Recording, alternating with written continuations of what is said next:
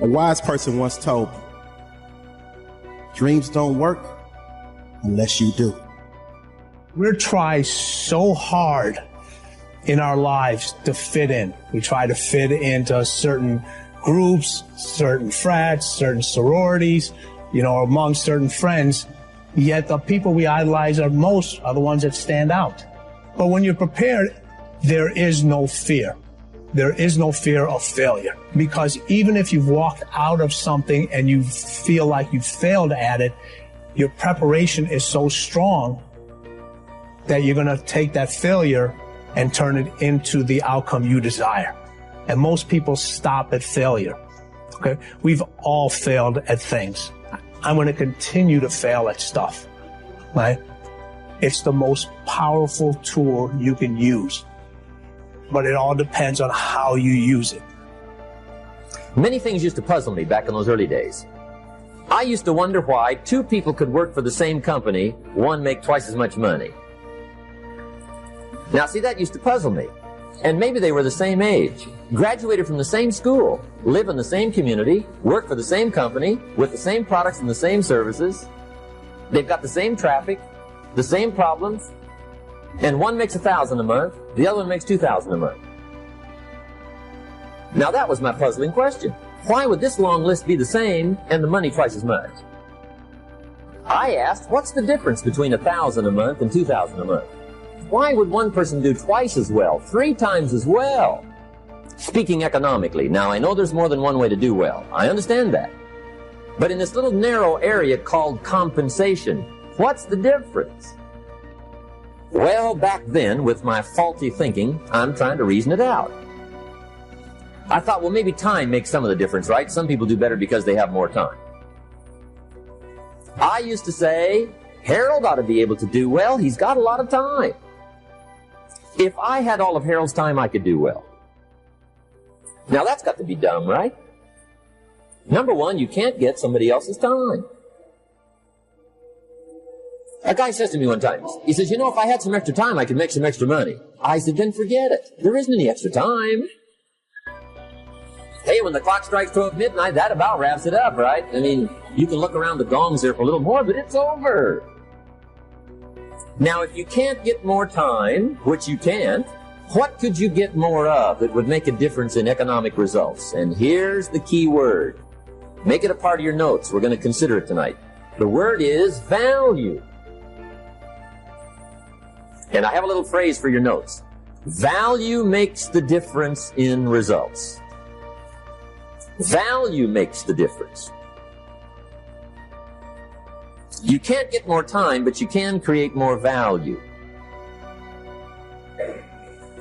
Now, here's the first lesson of economics. Everybody should learn it from the time they're old enough to understand what a dollar means, how to earn one, how to get one, how to keep one, what to do with it.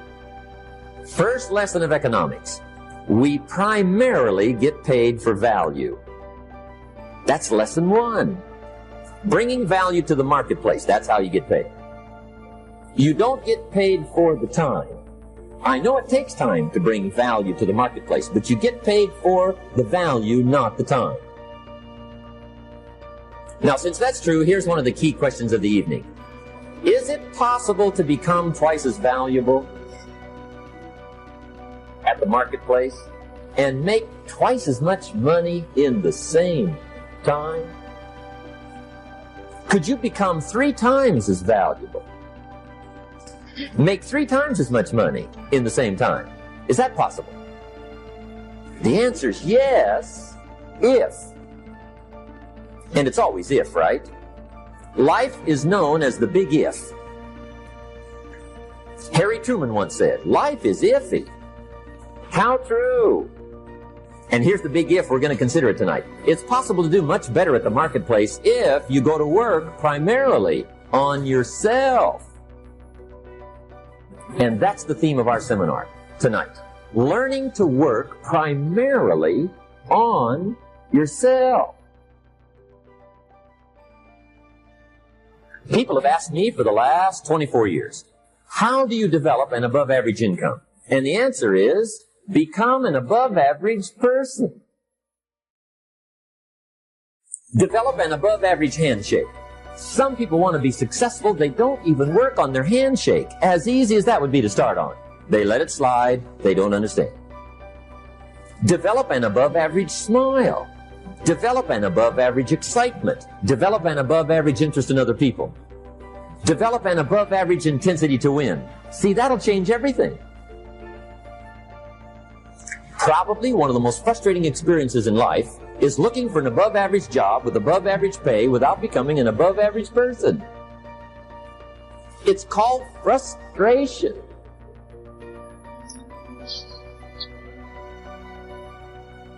And Mr. Shoaff gave me probably the greatest clue he gave me when I first met him. He said, Jim, if you want to be wealthy and happy the rest of your life, just learn this lesson well. He said, learn to work harder on yourself than you do on your job. That's the thing. Success and failure are generally slow processes. Either slowly building things up or gradually tearing them down. And that's why I say you've got to pay attention. You have to watch. You have to watch every single second. Choose love, and don't ever let fear turn you against your playful heart. I believe in manifestation. I believe in putting a rocket of desire out into the universe, and you get it when you believe it. You get it when you believe you have it, and that's the key. We want to get really sensitized, acutely sensitized, sensory acuity, to whether what we're doing is working or not. And by the way, sensory acuity is really the measure of a person's intelligence. What I mean by that is, how do we measure intelligence? Intelligence is a measure of the number and quality of distinctions you have in a given situation. You can handle this, you just haven't figured it out yet. It's all right, this is your training period. This is the tuition you have to pay for what you don't know. You can do this, other people have done it. It doesn't take an Einstein. Get you some people that can teach you some stuff that you don't know. Get you some people that have done it successfully and learn from them. Take some seminars, workshops, read some books on how to manage a business. Change the way you see yourself and begin to tend to the personal details. Understand that nobody's going to take care of your business better than you. All my life, I wanted to be on TV. Had never heard of a comedy club. October the 8th, I walked into Hilarity's Comedy Club in Cuyahoga Falls, Ohio. It's right outside there. I signed up for the following week because I just wanted to see what the comedians did. Man, I saw live stand-up for the first time. They had 10 acts supposed to go up. 9 of them went up. 10th guy got scared and ran out the door. So I had signed up for the following week. The guy says, listen, we lost our 10th act. We're going to go to the phones. We're going to go to the week from next week. If Steve Harvey's here, come on up now. So I ran up on stage. I don't even know what to do, but I just started talking about boxing and stuff that happened to me. Audience was hollering, laughing. They brought all 10 of us back up on stage. They had a clap off. I won the clap off. I won $50. I cried from Cuyahoga Falls to Cleveland. The girl kept saying, why you crying? It ain't but $50. I said, no, you don't understand. It's way more. This what I do. She said, what you mean this what you do? This just your first time. You don't understand. Something happened. I won amateur. I went to work the next day, October 9th, 1985, and quit my job. Now, I don't recommend that you do it that way, because 2 years later, I was homeless. Because the first year of comedy, I made $3,400. The next year, I made $4,800. And the third year, I made $5,300. I got a wife, a set of twins. I'm sending every dollar I got to them. So I tried to live on $50, $75 a week, gas was 38 cents a gallon back then. I just stayed in my car. So I lived in my car for 3 years. 3 years, I lived in my car. And what happened was, I just said, man, so I used to fish all the time to eat because I'm a fisherman. I'm a bass fisherman. So I used to stop at lakes and ponds and just fish. And every month I get run off from somebody's lake. Hey, get away from here. Hey, move along, that's not yours. Hey, stop fishing here. I just get run off. And he didn't understand. And one time I had fish on the line. They said, you got fish on that line? I said, yeah. Throw them back. I had to throw them back because I used to stop at rest areas with them little cast iron grills. I kept charcoal in my car. I started a fire and I ate fish. There's some days I wouldn't eat. So they thought I was just fishing, but I was eating. So I said one day, I said, man, you know what? One day, man, I'm gonna give myself some land.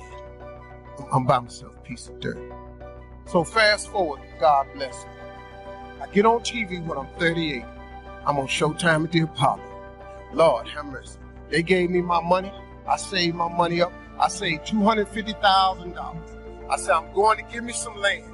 I went to Texas and I'm about to buy some land. But before I went to buy the land, I was curious. I just had the thought. I said, man, I wonder how much land is on earth? How many acres is on earth? Because you know it's not going to change. You know, God let you fly, God let you dive on the water. God don't let you make dirt. Can't make dirt. So I looked it up. It's roughly over, just a little bit over 36 billion acres of land. 36 billion acres of land. So I just got a little bit more curious. And I said, well, how many people on earth? I looked it up, and there's about 6 billion people on earth. So I did some Steve Harvey thinking.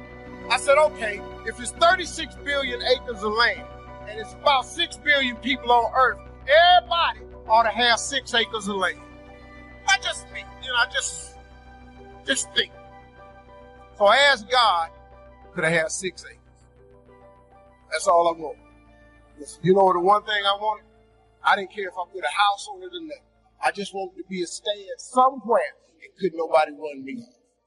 Got this money, man. I saved my money. I saved $250,000. I'm going and I'm looking for some land. The first day I get there, I see a piece of land in Texas. So beautiful. I couldn't believe it. Had rolling hills, had a pond on it, where I could fit. A dude took me over there. I look at the land, and I'm looking out. I said, man, this is great right here. I said, sir, how much is this right here? He said, well, it's about $600,000. I said, man, I ain't got that kind of money. He said, well, how much do you have? I said, I got $250,000. I said, well,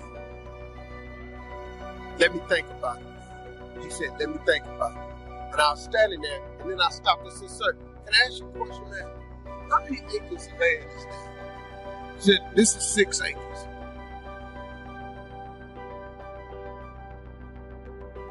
Six years ago, I was just asking, just give me 6. See, I didn't want a whole lot of acres. I just wanted my key.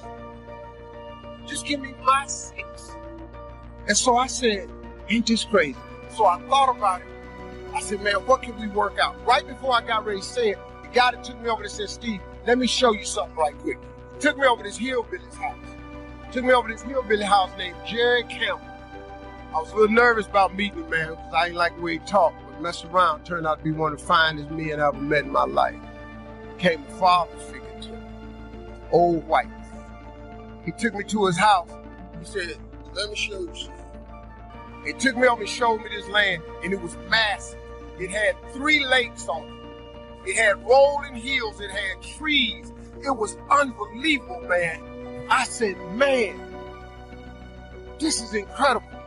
I said, man, how much is this? He said, this 16 acres. I said, hey, man, I ain't got that kind of money. Let me go back over here to this dude where Mike can cut a deal. He said, let me ask you something. What was you going to give that land over there? I said, well, I hadn't worked it out yet because all I got is $250,000. He said, well, listen, I'm in a little bit of a tight right now. He said, if you can bring me $250,000 cash by tomorrow, I give you this 16 acres. Next thing you know, I had 270 acres of land. Now let me tell you something. I'm so busy now, I don't even get to go to that ranch. I never can go. And I thought I was going to be fishing and save it for my kids' rest of life. God had another plan for me. That's the ranch that I have my mentoring camp. I bring 1,000 black boys out there with 1,000 single mothers. And that was the purpose of that ranch. I never go there to fish at all. See, that's what I wanted. I thought that's what it was for. But God got another plan. His way is way bigger than yours. You can't even see his way. But you got to start to hustle. You got to give God something to work with. Look, if you start hustling and grinding, he'll fill it up for you. But if you ain't got no hustle and no grind, he can't fill it up. So guess what? I don't ever go there to use that land for fishing or not. But I'm changing boys' lives over there. My story is really a story about faith. It really is. Come out the dirt. Have no college. All of my children do. I got 7 kids. I said their last word. I got 3 boys. 2 boys come out of Morehouse. I got a daughter that come out of Spelman and Berkeley. I got 2 daughters went to Hampton. And then graduated from Ohio State. I made sure all my kids went to college because I know they got to have that education. Daddy, you didn't go to college. Your ass ain't got no jokes. It's been important for me to empower my children, and not only my children, but thousands of young people across the country. And education is the key for a lot. But when I speak in colleges and stuff, I tell you, number one thing in the world is not your education. It's your dream. So what you dreaming about, y'all? What you still dreaming? What is God still showing you in your imagination? What are you so afraid of? Why would you not take that leap and go for it before you mess around? Why would you not go and see what God really got for you before you leave this world?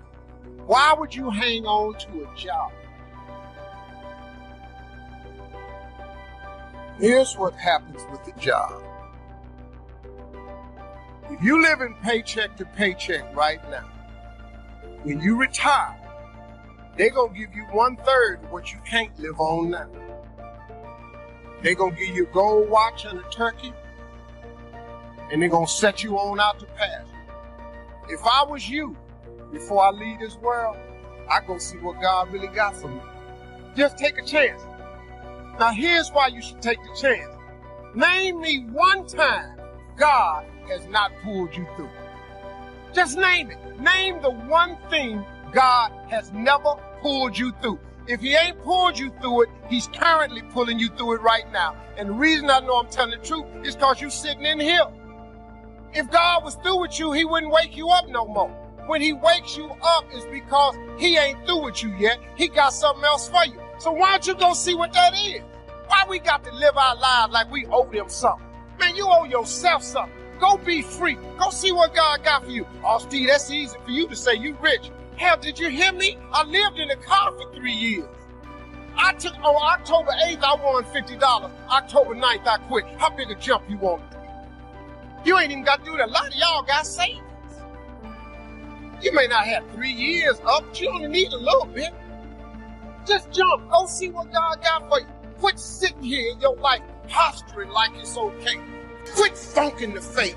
Quit faking the funk. Quit got people thinking you something you ain't, man, when you really don't want me something. I'm just telling you just like it is. You ain't got to believe me, but you can look at me. I'm telling you, there's proof in this here now that the God you serve really will give you what you ask for. He will. I'm not your preacher. I'm a hood dude that messed around with no education, messed around, got to the top of the TV world, balling out of control. And I'm telling you, I was homeless and lived in a car, and I ain't got no education. Now, y'all in here got degrees. I see it on your forehead. I see it on you. I feel when I'm around educated people. I know you know how to study and math. I can look at you, and I'm so proud of you. But hey, man, the next level. The man without a dream or vision shall perish. It never mentions if you don't have an education. If you work hard on yourself, you can make a fortune. If you would have known me at age 25, you would have said, Jim Rohn's a hard worker. If you'd have known me, you'd have said that. I'm the guy, I don't mind coming a little bit early, staying a little bit late, I don't mind that. You'd have said, well, Jim Rohn's a hard worker. You say, well, how come he's got pennies in his pocket and nothing in the bank and behind on his promises? Well, I was a hard worker, but I was working hard on my job, not on myself. I'm telling you, if you'll learn that simple little principle and start the process today, latest tomorrow, give you tonight to do. And start this whole process of personal development, work on yourself, make yourself more valuable to the marketplace. I'm telling you, you can so dynamically change your income, and economics is the least of the values that you can start earning in terms of equity if you'll start working harder on yourself than you do on your job. Work hard on yourself and develop the skills. Work hard on yourself and develop the graces. All of the stuff necessary to become more valuable to the marketplace. I'm telling you, your whole life can explode into change. Promotions, no problem. Becoming more valuable to the company, I'm telling you, no problem. Money, no problem. Economics, no problem. Future, no problem. Just go to work on the right thing. Not get things out there to change. Don't try to change the seed. Don't change the soil. Don't change the sunshine. Don't change the rain. Don't change the mix of seasons. Let the miracle of everything that's available work for you, and start working on the inside. Work on your philosophy. Work on your attitude. Work on your personality. Work on your language. Work on the gift of communication. Work on all of your abilities. And if you'll start making those personal changes, I'm telling you, everything will change. You can have more than you've got because you can become more than you are. And of course, the other side of the coin reads, unless you change how you are, you'll always have what you got. I have found in my experience that income does not far exceed personal development. Now, sometimes income takes a lucky jump, but sure enough, unless you grow out where it is, it'll usually come back where you are. Life has strange ways. If somebody hands you $1 million, best you become a millionaire quickly, so you get to keep the money. Otherwise, sure enough, it'll disappear.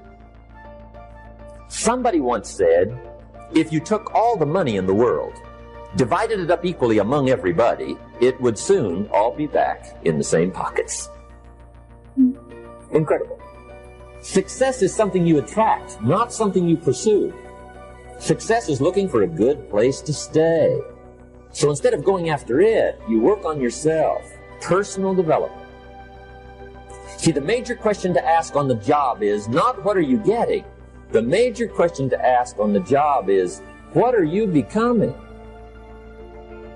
The big question is not what am I getting paid here? The big question is, what am I becoming here? Because true happiness is not contained in what you get. Happiness is contained in what you become.